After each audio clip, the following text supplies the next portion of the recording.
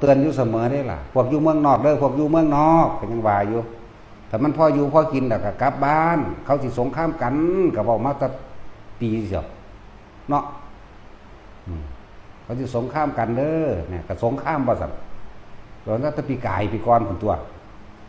ถ้ามาบ่ได้ยังเป็นหนี้เป็นสินอยู่ให้ฝึกทรงชาติเด้อสวดนมัตถุไว้เด้อสวดด้วยความจริงใจบริสุทธิ์ใจเด้อทำความเคารพน้อมน้อมพระพุทธเจ้าไว้เปรียบเทียบยกอดีตนิทานของพระพุทธเจ้าเฮามาให้ฟังอยู่ตลอด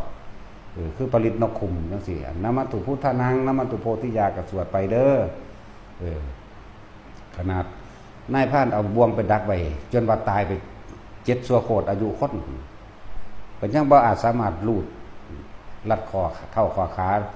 บ่วงดักหรือตั้งแหว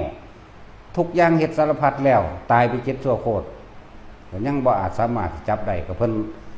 นำมาเศร้าเพิ่นบินขึ้นไปทั้งปลายไม้แง่วแง่วนั่นน่ะสวดมนต์จักบ่อันแง่วแง่วน่ะนกยูงห้องน่ะนั่นคือนมัตถุพุทธานังนมัตถุโพธิยาอันนี้เห็นบ่บาดก่อนสินอนก็เหมือนกันบินปึ้งขึ้นไปยามมื้อเช้าบินปึ้งขึ้นไปหันหน้าไปทางทิศตะวันออกสวดนี้แล้วก็พักนอนก็ปลอดภัยทุกประการมาเรื่อยบัดตกจากหากิ้วหากินมาแล้วมันค่ำแล้วหันหน้าไปทางทิศตะวันตกแล้วก็แง่วๆคือกันนั่นแหละแล้วก็สวดมาเพิ่นก็สวดมนต์เพิ่นนั่นแหละจักว่าล่ะเรียกว่าทำความเคารพน้อมถึงพระพุทธเจ้านั่นแหละความปลอดภัยอันตรายต้องทำด้วยความบริสุทธิ์ใจเด้อบ่แม่นทำด้วยความแบบนั้นแหละแล้วแต่บอกว่าได้อันนี้ ใจไผใจมันอะไรก็สวดไว้ผมอยู่เมืองนอกก็ดีอยู่เมืองไทยก็ตามใส่ก็สร้างเถอะสิก้าวไว้อีหยังสมัยเขาสงครามโลกครั้งที่2เขาสิเอาระเบิด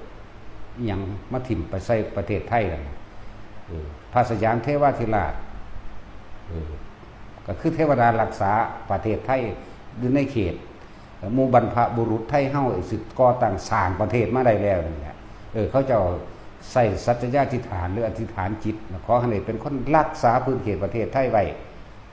พากันหอมไปพุ่นตัวเหาะไปหาขอพระคาถาจากหลวงปู่มั่นอยู่วัดดอกคำชูมือนี่ถ้ำดอกคำหลวงปู่มั่นเพิ่นบ่ได้ให้ย่าวสำตัวเพิ่นตนะโมวิมุตตนังนะโมวิมุตติยาซ้ำแม่นบ่ล่ะหมู่เทพเทวดาทั้งหลายเหล่านั้นก็มาสวดอยู่ในกรุงเทพนั่นแหละเขาก็จับกุมกันเขาก็สวดทิ่มระเบิดลูก2ลูกบ่แตกเห็นทั้งสั่นก็เนี่ยนั่นแหละตอนเฮาเอาเต็มบทให้พวกอยู่เมืองนอกก็เฮ็ดไป พวกอยู่เมืองไทยก็เฮ็ดไปสวดไประลึกไปก่อนสิหลับสินอนอีพ่อใหญ่บัวบ้านตาดเฮานั่นบอกว่า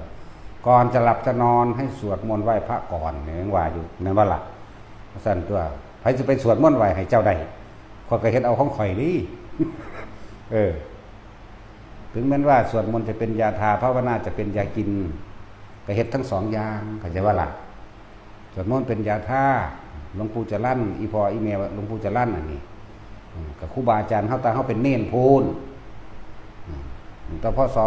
2525พุ่นจักบ่ล่ะพุ่นเดือนนี้มันเท่าใด68แล้วเด้สั่น